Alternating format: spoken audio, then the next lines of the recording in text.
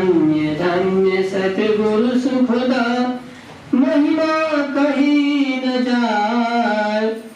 जो कछु कहूँ तुम्हारी कृपा, मोते कछु न बसाय। अव्यक्त रूप में प्रातः स्मरणीय अनंत श्री विभूषित सद्गुरु महाराज के युगल पाद पद्मों में कोटि नमन।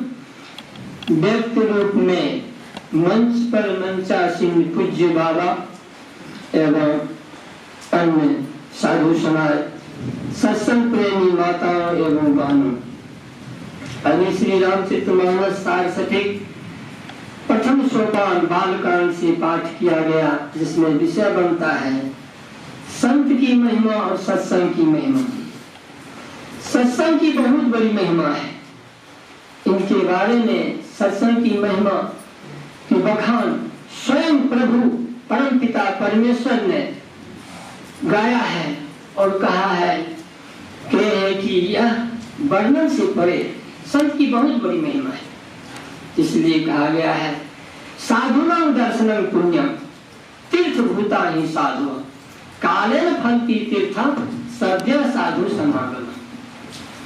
साधुनां दर्शनं पुण्यम, साधु का दर्शन पुण्य कहलाता है। कालेन फलति तीर्थ, समय आने पर तीर्थ का फल मिलता है। लेकिन सद्य साधु समागम, लेकिन साधु का दर्शन होने से तुरंत तत्काल फल मिलता है।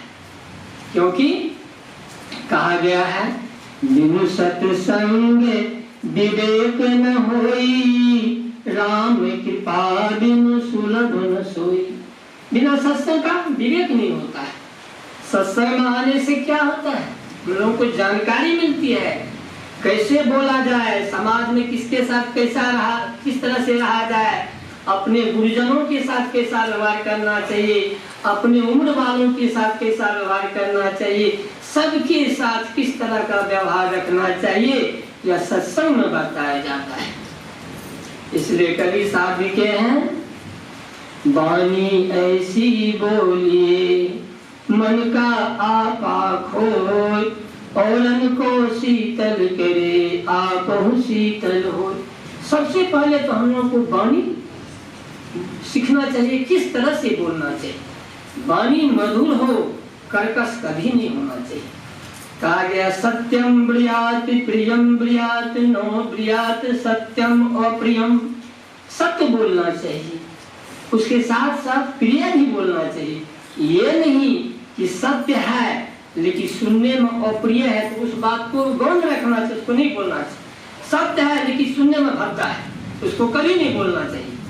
उसी तरह से अप्रिय है लेकिन सत्य है, उसको भी नहीं बोलना चाहिए।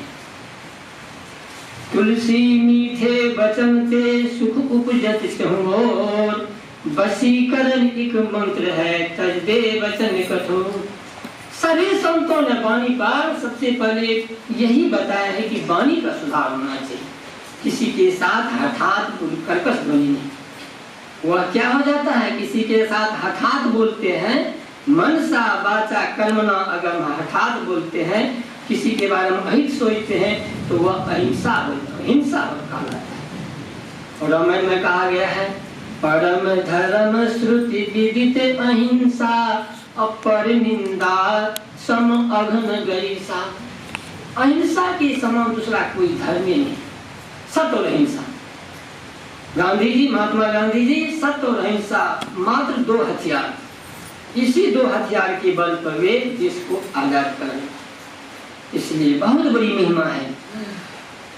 तीर्थ गए एक फल, साधु मिले फल चार, सद्गुरु मिले अनेक फल, कहे वेद विचार।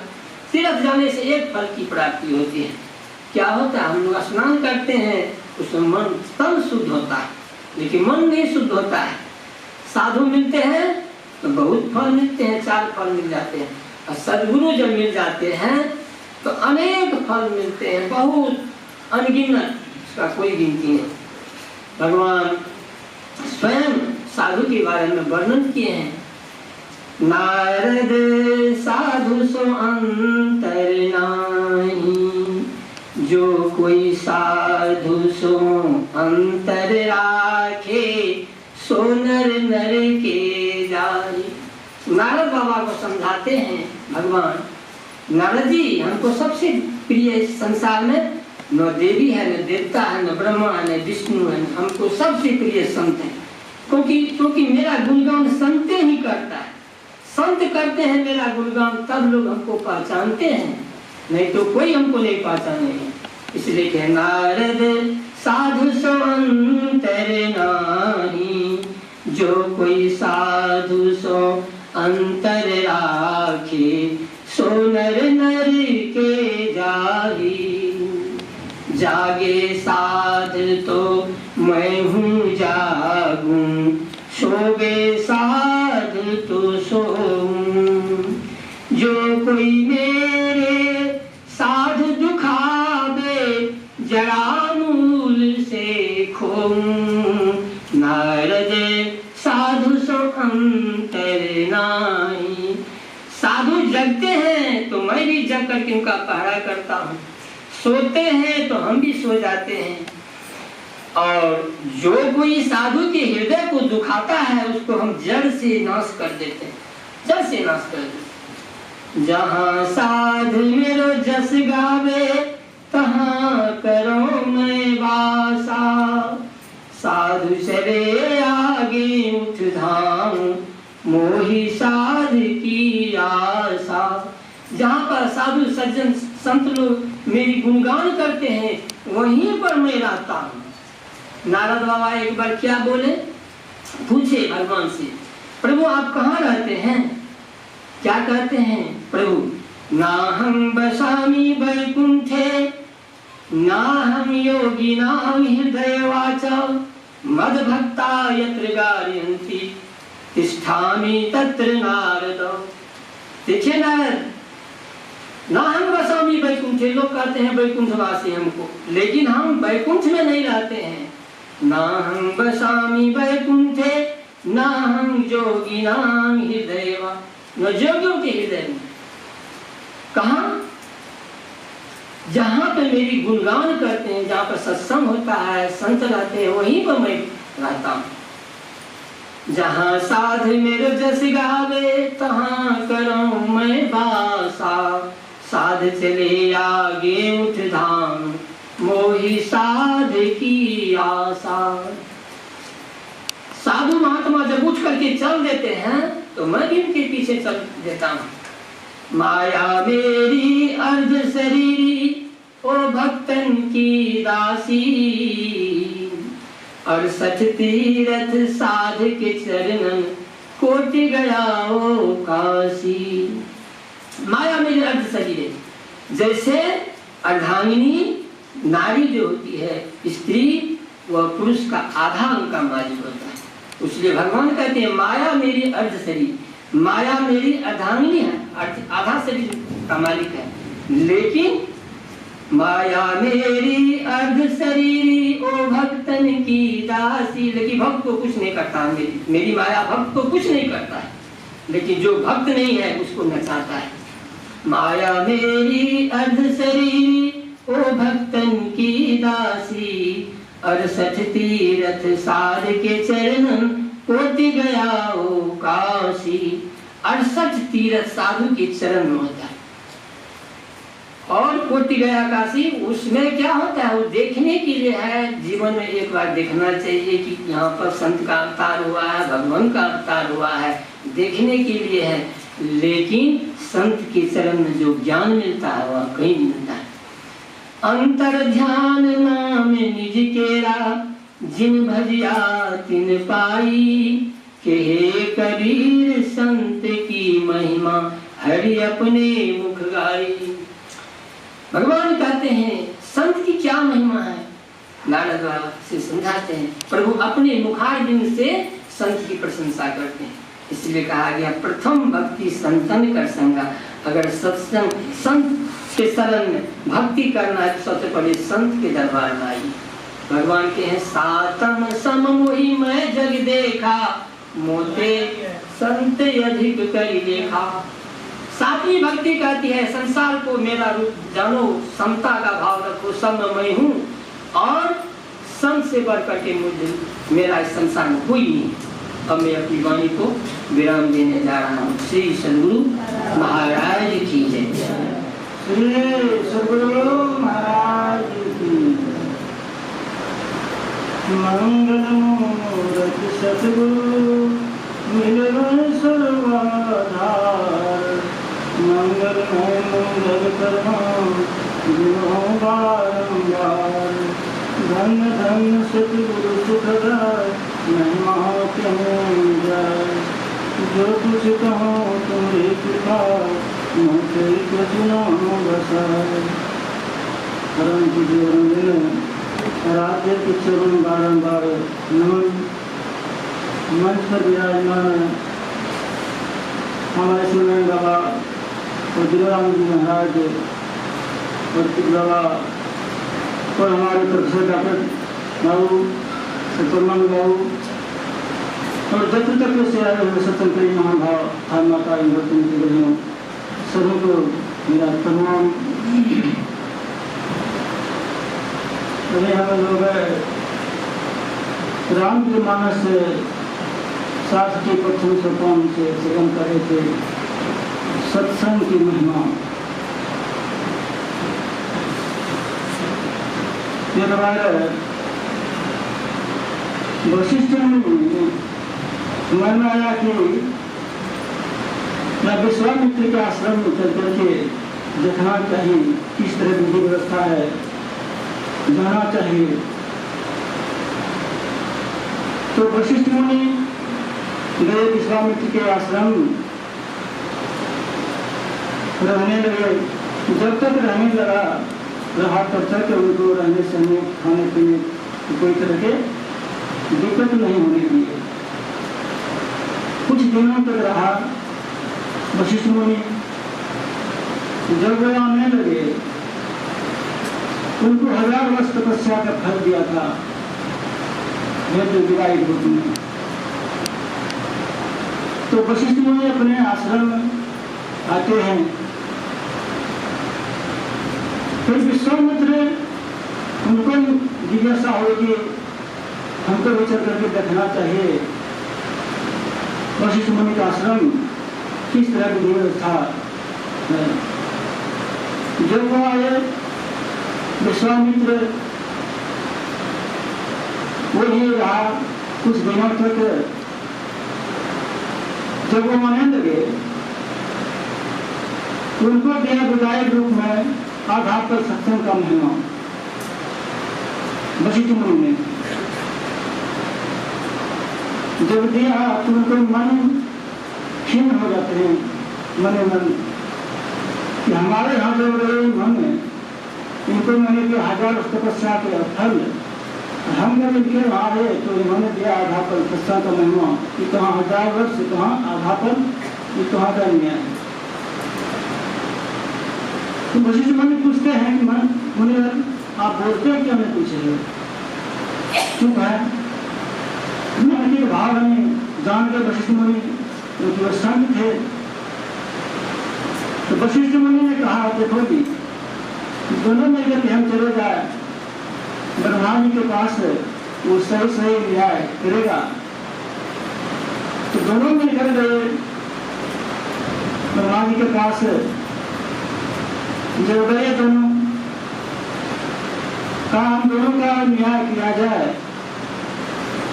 जब हमारे यहाँ गए थे वशिष्ठ मुनि इनको मैं दिया 1000 वर्ष तपस्या का फल, हम जब गए कि उन्होंने दिया आधा पर सत्संग का महिमा न्याय किया जाए। ब्रह्मा जी ने कहा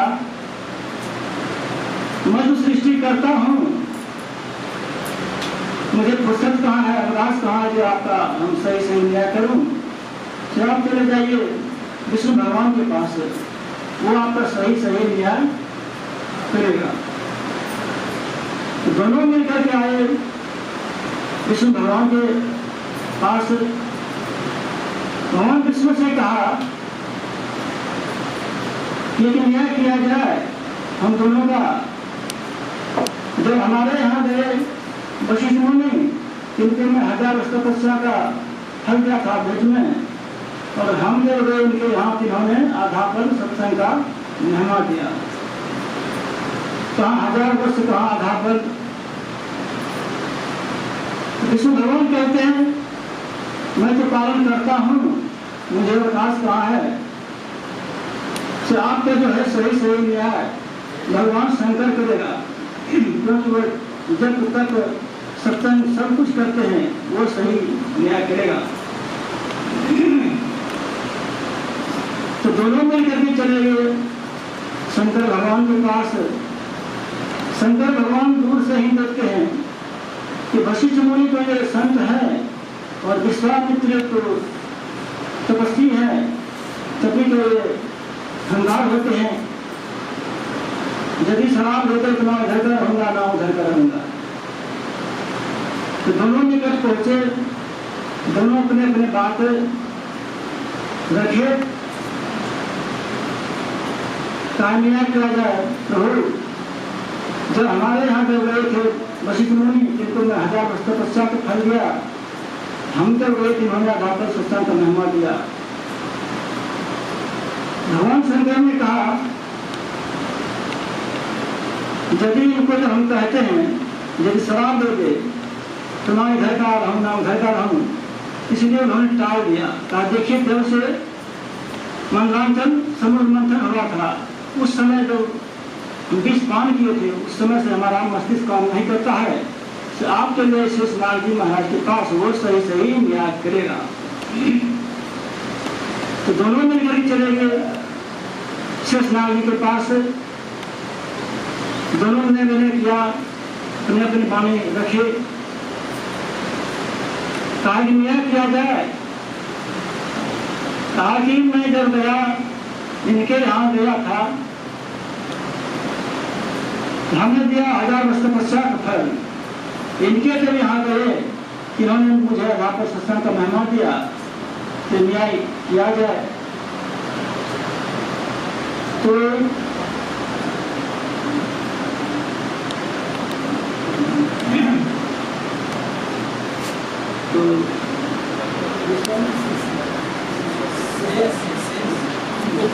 विश्वामित्र ने कहा देखिए मैं तो आप जो है 1000 वर्ष तपस्या का जोर लगाइए इसमें पृथ्वी में, मैं सही से न्याय कर दूं, क्योंकि हमारे सिर पर भार है पृथ्वी का, हमारे हड़काल होगा तब फिर मैं करूंगा। जैसे छुए सटाए उन्हें लगाए टसमस नहीं होते हैं पृथ्वी। फिर भी कहते हैं कि आप तो कहिए, अब तो आप जो 1000 वर्ष तपस्या का फल दिए थे उनको टसमस नहीं पृथ्वी होगा। तो फिर इनको कहते हैं वशिष्ठ मुनि को, वशिष्ठ मुनि आप आधार पर सत्संग का जोर लगाइए कि मैं न्याय करूंगा। जैसे वशिष्ठ मुनि धर्म छूते हैं पृथ्वी को, वैसे धर्म आकर के लग जाते हैं। तो विश्वामित्र कहते हैं आप तो कहे मनोहर आपसे हल्का हो गया। तो कहते हैं शेषनाग में आप 1000 वर्ष तपस्या का जोर लगाइए पृथ्वी आधार में टसमस नहीं हुआ, आधार पर सत्संग का महिमा जोर लगाया तो हम लटके हैं। आप ही समझिए कौन विशेष है कौन कम है। तो कहते हैं ताप स्वर्ग पर सुख धरे तुला एक अंग, पूर्ण ताहे मिले दो सुख लो सत्संग। सत्संग की महिमा जो है महान है, और कितना कहिए इससे थोड़ा ही रहेगा। तो मैं थोड़ा सा कहा इतना मैं अपने बारे में गिरा बैठा हूँ। श्री सद्गुरु महाराज की जय। श्री सद्गुरु महाराज की जय। बढ़ते बढ़ते लोग थक जाते हैं, इसी कारण से आवाज में नहीं निकलती। नहीं ये वजह है ना। एक बार दम लगाइए, बोलिए प्रेम से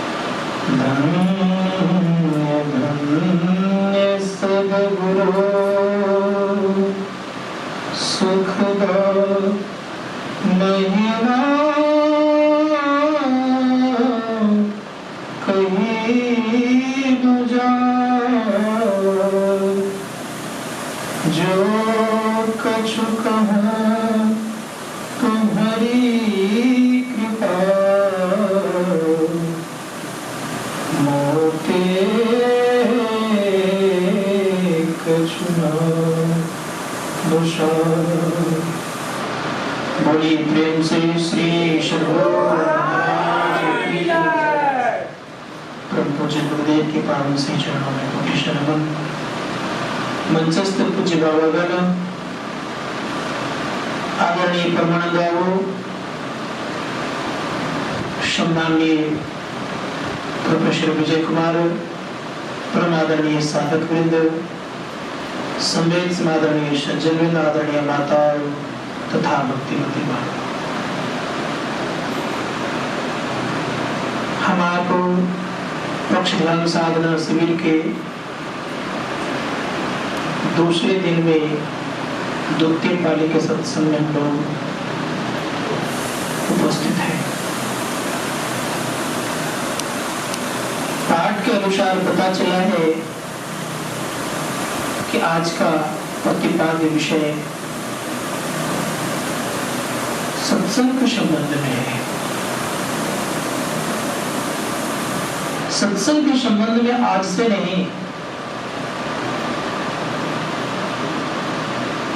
कई दशक से सुनते आ रहे हैं और प्राय दिल दिमाग में बात बैठी हुई है कि सत्संग के संबंध में तो जानते ही हैं, सत्संग महिमा के विषय में तो प्राय हम लोग जानते ही हैं। लेकिन इस बात को मैं आज अवश्य कहना चाहूंगा कि मैं भी कई दशक से इसमें लगा हुआ हूं, लेकिन अब तक मैं सत्संग की महिमा को जान नहीं पाया। कारण गुरु महाराज ने कहा, संत मत को समझते समझते समझते समझ गया। 3 बार कारण समझते समझते समझते समझ गया। उसी प्रकार से संत मत के सत्संग को समझना, वाक्य ज्ञान में भले ही हम आप निपुण हो जाएं, लेकिन वास्तविकता हम आपके जीवन में तब निखार आएंगे जब हम उस मुकाम पर पहुंचेंगे। संत लोग कहते हैं उस मुकाम पर पहुंचने के लिए 2 तरह के सत्संग तो करने पड़ते हैं। ऊपर की सफाई के साथ साथ भीतर की सफाई। पाठ में आप लोगों ने सुना, मन मज्जन पल देखई तत्काला काक हुई पिक बको मराला। कहीं इस तरह का देखने को नहीं मिला है कि कौवा कोयल हो गया और बगुला हंस हो गया। लेकिन इस बात को सदैव याद रखिएगा, गोस्वामी जी महाराज कह रहे हैं, संत कह रहे हैं, संत का वाणी कभी असत्य नहीं हुआ करते। व्यर्थान हुई देव ऋषि वाणी, तो जब व्यर्थ नहीं होने को है तो उन्होंने कहा है काक हुई पिक बको मरला। मतलब क्या? अगर हम बहुत सत्संग सुनते हैं तो सुनते सुनते करने की इच्छा होती है। जब हम करने लगते हैं तो काग रूपी मन की जो बोली बड़ी कड़ी थी वह कड़ी बोली धीरे धीरे परिवर्तन की तरफ, अर्थात वह कड़ी बोली बिल्कुल मुलायम होने लग जाती है। लेकिन मैं कई दशकों से सत्संग कर रहा हूं, लेकिन मेरी बोली कड़ी अभी कड़ी की कड़ी ही है, मुलायम नहीं हो पाई। संत लोग कहते हैं कि परिवर्तन और क्या, तो काग का भोजन क्या है। हम आप जानते हैं कि काग का भोजन भिन्न भिन्न प्रकार का है। जब सत्संग करने लग गए, सुनने लग गए, परिवर्तन आया। जो भोजन करने योग्य नहीं था उसको हमने त्याग दिया, सात्विक भोजन को ग्रहण किया। ये तो बाह्य जगत की स्थिति हमारी हुई, लेकिन इस मन ने अभी भी बहुत कुछ पकड़ करके रखा है। इसी मन के आधार पर हमारे अंदर में काम, इसी मन के आधार पर हमारे अंदर में क्रोध, इसी मन के आधार पर हमारे अंदर में लोभ, मोह, ईर्ष्या और द्वेष, घृणा इत्यादि बचे हुए हैं। इसकी अगर सफाई हो जाए तब बात समझ में आएगी यह कि मैंने बिल्कुल मंजन का काम किया है। जिस दिन इसकी सफाई हो जाएगी उसी दिन याद रख लीजिएगा कि हमने सत्संग को कर लिया। नहीं तो हम लोग अभी पूरे सत्संग नहीं कर पाए। एक महात्मा जी कुटिया बना करके रहते थे। उस इलाका के नगर वधू थी, उसने आकर के पूछ बैठती है कि महात्मा जी आप पुरुष हैं। महात्मा जी कोई उत्तर नहीं देते। फिर जब जब उस वक्त गुजरती थी महात्मा जी के पास आके पूछती थी क्या आप पुरुष हैं। महात्मा जी कुछ नहीं बोलते। संजोग हुआ उनका शरीर छूट गया। श्मशान घाट के तरफ लाश को ले जा रहे थे। उस होकर को नगर वधू आती है। कहा कौन मर गया। कहा जो बगल में कुटिया में महात्मा है तो वही मर गए। कहा मेरे प्रश्नों को उत्तर दिए चले गए। रोकिए, लाश को नीचे रखा गया। कहा है महात्मा जी आप मेरे प्रश्नों को उत्तर क्यों नहीं दिए और चले गए आप। महात्मा जी को साधारण महात्मा जी थे नहीं। शरीर में आए और कहा क्या, कहा मैं पुरुष हूं और इतना कहा कि संसार से चलती है। उसके पहले पुरुष क्यों नहीं कहा। उसके पहले पुरुष इसलिए नहीं कहा कि डर था। किनका। माया का डर। कहीं माया मुझे लिपेट नहीं ले, लपेट नहीं ले, कहीं मुझे भटका नहीं दे और कहीं मुझे परेशान न कर दे। इसी कारण से महात्मा जी अपने को स्त्री रूप में अर्थात जीव रूप में सदैव रखा। यही जीव जब इसके ऊपर से आवरण हट जाता है तो पुरुष बन जाता है। जब तक जीव के ऊपर आवरण रहता है तब तक यह जीव कहलाता है और आवरण हटते ही यह पुरुष कहलाता है। संत महात्मा अगर कहते इसी को चेतन पुरुष कहते हैं, इसी को अक्षर पुरुष कहते हैं। यद्यपि जीव ही है, आवरण होने से स्त्री कहलाने लग जाती है जीव, और जब आवरण हट जाता है यही जीव क्या कहलाता है, पुरुष।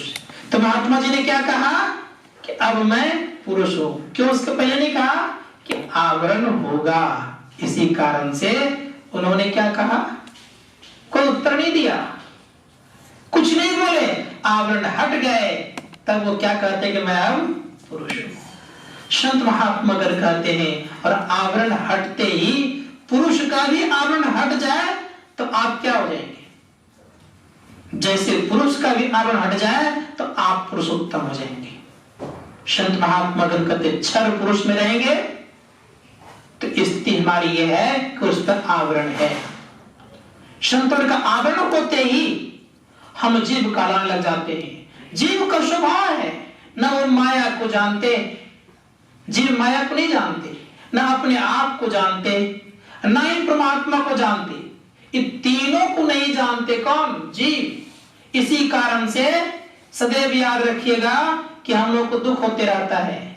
अगर ये अपने आप को जान जाए कि मैं जीव हूं अवश्य, लेकिन माया को भी जान और परमात्मा को जान रहा हूं, तब ये जीव नहीं, लेकिन पास कोई सुख दुख नहीं रहेगा, कोई सुख दुख नहीं रहेगा, ये सुख दुख से परे हो जाएगा। संत महात्मा गण कहते इसी चीज को जानने के लिए बाह्य सत्संग के साथ साथ आंतरिक सत्संग की जरूरत है। गोस्वामी जी महाराज कहते हैं कि हर एक लोग जानते हैं कि सत्संग से 5 चीज मिलते हैं। मति, कीर्ति, गति, भूति, भलाई, जब जतन जहां जई पाई, सो जानव सत्संग प्रभाव, लोकहु वेदना आन पाऊं। भगवान श्री कृष्ण भी कहते हैं गीता में, श्रीमद् भागवत महापुराण में, उद्धव से कि हे उद्धव, संसार में मुझे बस करने वाला कोई नहीं होता, बस करने वाला अगर कोई होता है तो केवल एक सत्संग करने वाला ही बस करता है और कोई नहीं करता।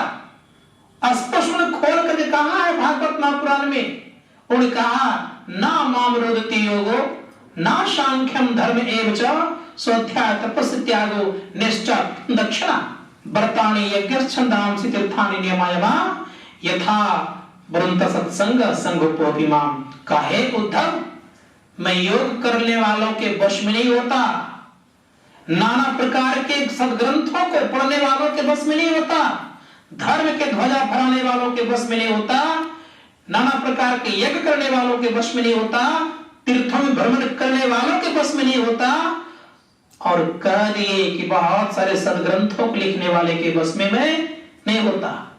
अगर उनके वश में भी हो गए होते तो महर्षि व्यास ने 18 पुराण, 4 वेद, साथ ही साथ महाभारत, इन सबों को लिख करके चिंताग्रसित थे।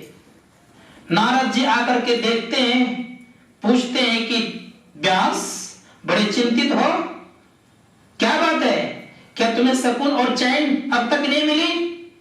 कहता है कैसे, सुनिए। व्यास बड़े प्रेम से कहते हैं कि यही तो मैं अफसोस कर रहा हूं कि इतने इतने ग्रंथों को मैंने लिखा, कौन कौन पुराण नहीं लिखा मैंने, लेकिन मेरे जीवन में शांति नहीं है। तो नारद जी कहते हैं बड़े प्रेम से, का जिधर शांति है उधर तो तुम चला ही नहीं है। का शांति कहां है? अब कह रहे शांति कहां है? तो बड़े प्रेम से कहते हैं कि शांति पाने के लिए संतों के पास जाना पड़ेगा। ग्रंथों को लिखने से हमें शांति नहीं मिल सकती, लेकिन संतों के पास जाकर हमें शांति मिलेगी। का भागवत महापुराण लिखिए, भक्तों के चरित्र को लिखिए, और जब भक्तों के चरित्र को लिखेंगे तो आपको सुकून लगेगा, चैन लगेगा, शांति मिलेगी और आपका कल्याण होगा। और आप जानते हैं कि अंत में महर्षि व्यास ने भागवत महापुराण लिखा, तब उनको थोड़ी सी शांति मिली। उसको लिख करके बैठे नहीं रह गए, चल दिए तपस्या करने के लिए और तपस्या में लग गए। हम आप भी बहुत विद्वान बनिए, कोई बड़ी बात नहीं है, लेकिन विद्वता के साथ साथ तपस्या भी होनी चाहिए। संत लोग कहते हैं किस तरह की तपस्या होनी चाहिए? तो सबसे पहली बात यह है कि तपस्या होनी चाहिए अपने आप की खोज की, इसकी तपस्या हो। अब खोज किसका हो? तो अपने की खोज हो। जब तक अपने की खोज नहीं, तब तक भक्ति की शुरुआत नहीं। श्रीमदान शंकराचार्य जी महाराज कहते हैं कि भक्ति क्या है, अंतर साधना क्या है। सेवा को भक्ति तो बहुतों ने परिभाषित कर दिया है, लेकिन श्री मदान शंकराचार्य जी महाराज कहते हैं अपने आप को खोजना सबसे बड़ी भक्ति है। अब विचार कर देखिए अपने आप कैसे खोजेंगे। हमारे परम पूज्य गुरुदेव कहते हैं नित्य प्रति सत्संग कर ले प्यारा, तेरा कार्य सरे सारा। अब कार्य इतने पर छोड़ने दिए का सारा कार्य तो आपका बनेगा ही, लेकिन अब क्या करें, सारे कार्य का निर्णय करके। हजारों कामों में कोई एक मुख्य काम तो होगा, वो हो गया मूल काम अर्थात मेन काम का सारे कार्य का निर्णय करके। तो सार कार्य क्या है का सार कार्य हो गया धर चेतन धारा। क्या हम लोग चेतन बिना रह रहे हैं? जब चेतन बिना हम आप नहीं हैं तो गुरु महाराज कर धर चेतन धारा, मतलब हम कहीं भटक रहे हैं, इसीलिए गुरु महाराज कह रहे हैं कि चेतन की धारा को पकड़ो। अर्थात हम आपकी चेतन की धारा आंख से बह रही है, कान से, नाक से, जीवा से, हाथ पैर से, हर तरह से चेतन की धारा बह रही है। संत लोग कहते इन सारे चेतन धाराओं को समेटो। जब समेटोगे तब क्या होगा, तब तुम अपने द्वारा पकड़ोगे। मन का संग होने के कारण हम संसार में भटक रहे हैं। अरे कब से दोस्त है आपके मन? तो संत कबीर साहब से पूछा जाए कि दोस्त कब से है? का जब से संसार बना तब से है। और राधा स्वामी साहब ने तो बड़े सुंदर शब्द कहते हैं कि दोस्ती कब से इनका है? तो कहा ए मनुआ तुम सदा का संगी। कहां की आशा लगा कर रखा है ये मन ने? तो राधा स्वामी साहब कहते हैं ए मनुआ तुम सदा का संगी, त्यागो जगत की आस। आशा कहां का है मन का?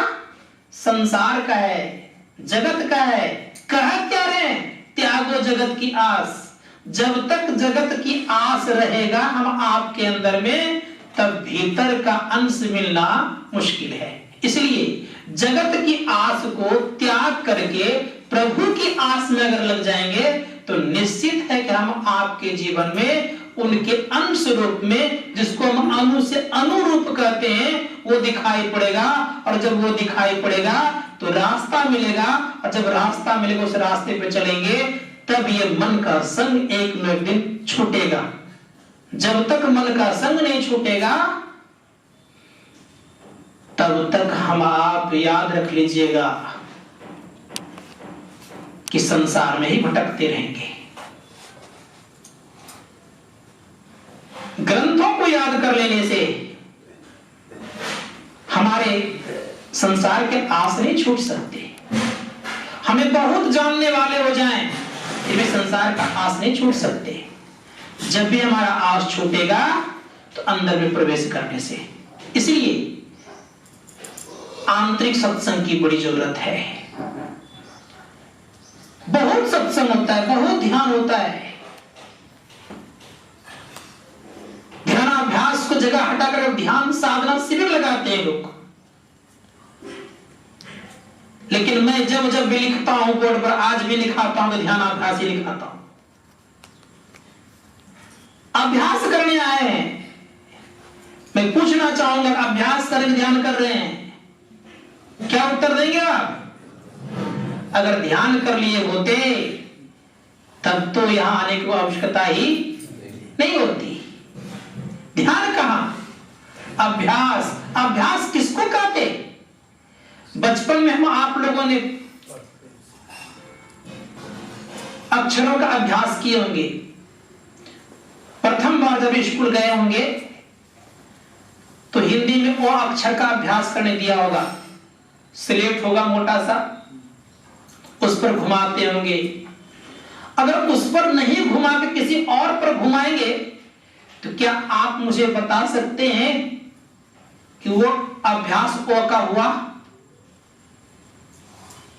अगर हम ओ पर नहीं घुमा रहे हैं और कुछ पर घुमा रहे हैं, गोल गोल लड्डू बना रहे हैं,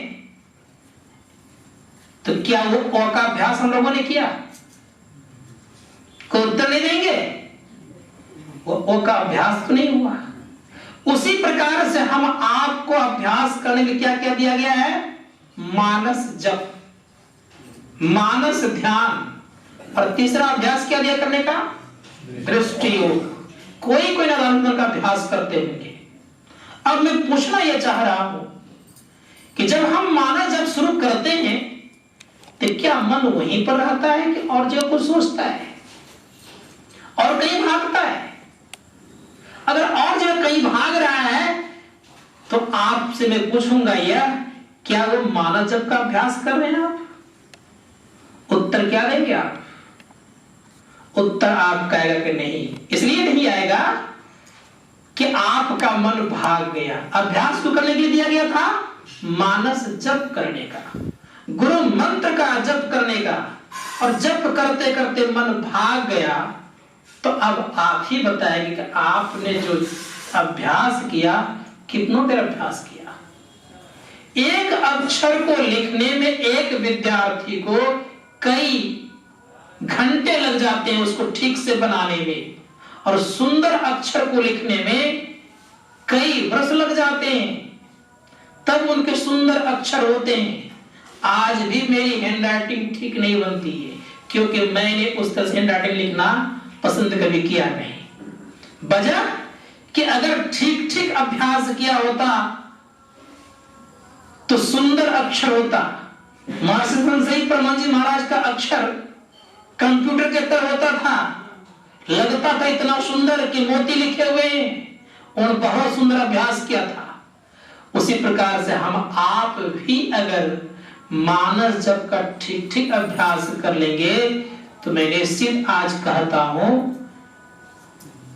कि जैसे ठीक ठीक आप आंख बंद करके अंधेरे में भी आप अपना हस्ताक्षर कर देते हैं, उसी प्रकार से मैं कहता हूं अगर ठीक ठीक माना जब हो जाता है तो गुरुमूर्ति अपने आप स्वतः आ जाता है। इसमें कोई संदेह नहीं है। इसे शास्त्रकार कहते हैं कि खूब बढ़िया से मनोपूर्वक जप कीजिए, चलते फिरते रहिए, लेकिन गुरु मंत्र पर अपना ख्याल बना करके रखिए। यहां से प्रारंभ होता आंतरिक सत्संग। इस मानव जप को करने के लिए पहले से आपको तैयार होना पड़ेगा। जैसे इंग्लिश के टीचर पढ़ाते हैं, यद्यपि वह भविष्य काल की बात करते हैं, जब समय उसमें डाल देता है तो वर्तमान वो बनता है टेंस। ठीक उसी प्रकार संत महात्मा गण कहते हैं, यद्यपि हम आप जानते हैं कि प्रधानमंत्री फलाने तारीख को आना है, उदाहरण दे रहा हूं मैं आपको, लेकिन आज के ही डेट में वो आज के ही स्थिति में टेंस बनता है। ठीक उसी प्रकार संत महात्मा गण कहते हैं कि ध्यान करना अगर मानव जप को शुरू करेंगे हम तो शुरुआत हमको अभी से करना होगा, और तुरंत चाह लेंगे कि हम मानव जप करने लग जाएंगे तो संभव नहीं है। इसीलिए शुरुआत बहुत देर से। इसीलिए मैंने देखा है जीवन में कि ध्यान करने की जब बारी आती है तो बहुत देर से शुरुआत क्या किया, पहले कुल्ला कीजिए, फिर शुरुआत क्या किया, खूब बढ़िया से हाथ पैर धोइए। अब वहीं से हमको चलना प्रारंभ हो गए। काम क्या करने के लिए, माना जब करने के लिए वहीं चलना शुरू किया हम। अब उस बीच में अगर गप करते करते आ रहे हैं तो आप बैठेंगे तो क्या करेंगे, क्या करेंगे? शुरुआत आपको बहुत देर से करना पड़ेगा। इसीलिए मैं बार बार कहूंगा कि आप अपने मन को मौन कीजिए। इसीलिए मन को मौन करेंगे, मन मौन नहीं होता, पहले मुख बंद होगा, तब धीरे धीरे सोचेगा क्या कि ये तो अपना बोलना बंद कर दिया। जो सुनते हैं ना वही मुख से निकलता है, उसी को उत्तर निकलता है। आप सुन लिए कहां से आए थे, क्या उत्तर दीजिएगा? फलाने जगह से आए हैं, उत्तर दीजिएगा। जो सुनते हैं वही निकलता है। तो ठीक उसी प्रकार से याद रख लीजिएगा हम लोग कि सुनना अगर हम बंद करते हैं उस चीज को, या सुनते हैं तो मुख को अगर हम संयमित रखते हैं और अब मन लगा रहे हैं हम जप करने में, तो जहां से चल रहे हैं चलते चलते चलते वहां से जप करते करते आते हैं तो एक मन को संभालने में बहुत समय लगता है। एक आध घंटा से मन संभलता नहीं है।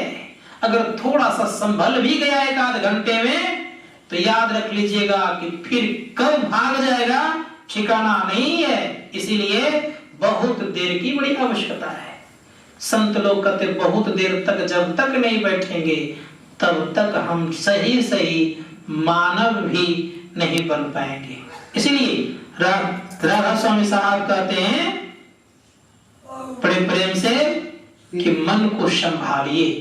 मन संभालने के लिए हम लोग को चलना पड़ेगा। अब परम पूज्य गुरुदेव कहते हैं मन तुम वशो तीसरो नैना बसने के लिए कहते हैं। इसका मतलब है कि तीसरो नैना मन बस नहीं रहा है। यद्यपि हम आप जान रहे हैं कि कहां यह मन है, तो कहा बिंदु मध्य जीवात्मा, बिंदु के मध्य में जीवात्मा है, लेकिन ये मन कहां है? तो मन तो संत कबीर साहब कहते हैं कि नैनो माही मन वशे, आंख के मध्य में मन बसता है। अब प्रश्न ये है कि कौन सा आंख में है? तो का ये कोई डिफिनेशन नहीं है, ये स्पष्ट रूप से कहते कि नैनो माही अर्थात बहुवचन है, एक वचन है नहीं जो कदम फलाने आंख या ये चिल्लाने आंख में, दाहिना या बाएं आंख में। बहुवचन जब है तो करना क्या पड़ेगा? और आंख है तो नैनो माही मन वशे, निकस जाए कई ठौर, गुरुगम है तो परख ले, ना तो कर गुरु और। संत कबीर साहब कहते नैनो माही मन से मतलब दोनों आंखों के मध्य में यह मन बसता है। यहां पर दो दल होते हैं, याद रख लीजिएगा। एक दल होता है नीचे के लिए और एक दल होता है ऊपर के लिए। इसीलिए इसको अष्टदल कमल भी कहते हैं। शास्त्रकार कहते हैं कि जब ऊपर की तरफ यह मन लगता है तो चेतन से लग जाता है, तो अच्छा काम करने लग जाता है। यही मन जब नीचे की तरफ आता है तो संसार का चिंतन करने लग जाता है। संत लोग कहते हैं अब करना क्या होगा? तो कहा इन दोनों के मध्य में मन को बसा करके रखे जो हुए हैं, तो दृष्टि को संभालिए। दृष्टि हमारी संभलेगी तो मन भी संभलेगा। जब तक दृष्टि हमारी कांपती रहेगी तो मन भी चंचल रहेगा, दृष्टि हमारी भागती रहेगी तो मन भी भागते रहेगा। तो संत लोग कहते अगर ध्यान करना अगर चाहते हैं जीवन में, तो सबसे पहला फाउंडेशन लगाइए किस पर? किस पर? मन पर नहीं, किस पर? दृष्टि पर। संत लोग कहते दृष्टि जिनकी जितनी चंचल, मन भी उतने ही अधिक चंचल। इसलिए दृष्टि को चंचलता से अपने आप को हटाइए। जैसे दृष्टि चंचलता से हटेगी, ठीक उसी प्रकार से मन भी वहां से हटने लग जाएगा। जैसे आप देख लीजिए, किसी को आप देख रहे हैं और वहां से आप नजर को फेर लिया, मन भी वहां से हट गया। तो ठीक उसी प्रकार संत महात्मा गण कहते हैं कि दृष्टि हमारी जितना सिमटी रहेगी उतना ही मन हमारा सिमटा जाएगा। इसलिए हमारे परम पूज्य गुरुदेव ने कहा दम की साधना करो, इंद्रियों का दमन होगा। और जब मन की साधना करने की बारी आएगी तब सम की साधना करो। तो मैं कहने जा रहा था कि अगर जीवन में कुछ प्राप्त करना चाहते हैं तो सत्संग कीजिए मन तोड़, शरण संतन की। संतन का शरण पकड़ करके जीवन में अपने आप को कल्याण के पथ पे नहीं चलिए, लेकिन पानी केवल पीते रहिए, भोजन नहीं करिए, तो सदैव याद रख लीजिएगा कि मजबूती शरीर में नहीं आएगी। अब केवल भोजन करते रहिए, अब पानी नहीं पीजिए, तब क्या होगा? भोजन पचेगा? तब भी भोजन नहीं पचेगा। इसलिए सत्संग और ध्यान दोनों की बड़ी आवश्यकता है। इसलिए हमारे परम पूज्य गुरुदेव ने कहा सत्संग नित और ध्यान नित रहिए करत संलग्न हो। और एक मेन बात लगा रहे हैं, व्यभिचार, चोरी, नशा, हिंसा, झूठ तजना चाहिए। इन पंच पापों से बचेंगे तभी हम आप आगे बढ़ेंगे। उदाहरण रूप में एक घड़ा आपके पास है, उस घड़े में छोटा छोटा सुई से छिद्र कर दिए 4-5 ठोक, 4 ही 5 कर दीजिए, कब तक पानी रहेगा उसमें भाई? उसी प्रकार से साधना कर रहे, रोज भर रहे हैं और रोज कुछ कुछ झूठ बोले जा रहे हैं, तो साधना की शक्ति रहेगी कि जाएगी? क्या होगी? जाएगी ना। इसलिए हम लोग इसका ख्याल रखिएगा। जितना अपने आप को संयम करके उतना ही आगे बढ़ेंगे। इन चंद शब्दों के साथ अपने वाणी को विराम देते हुए एक बार प्रेम से बोलिए श्री सद्गुरु।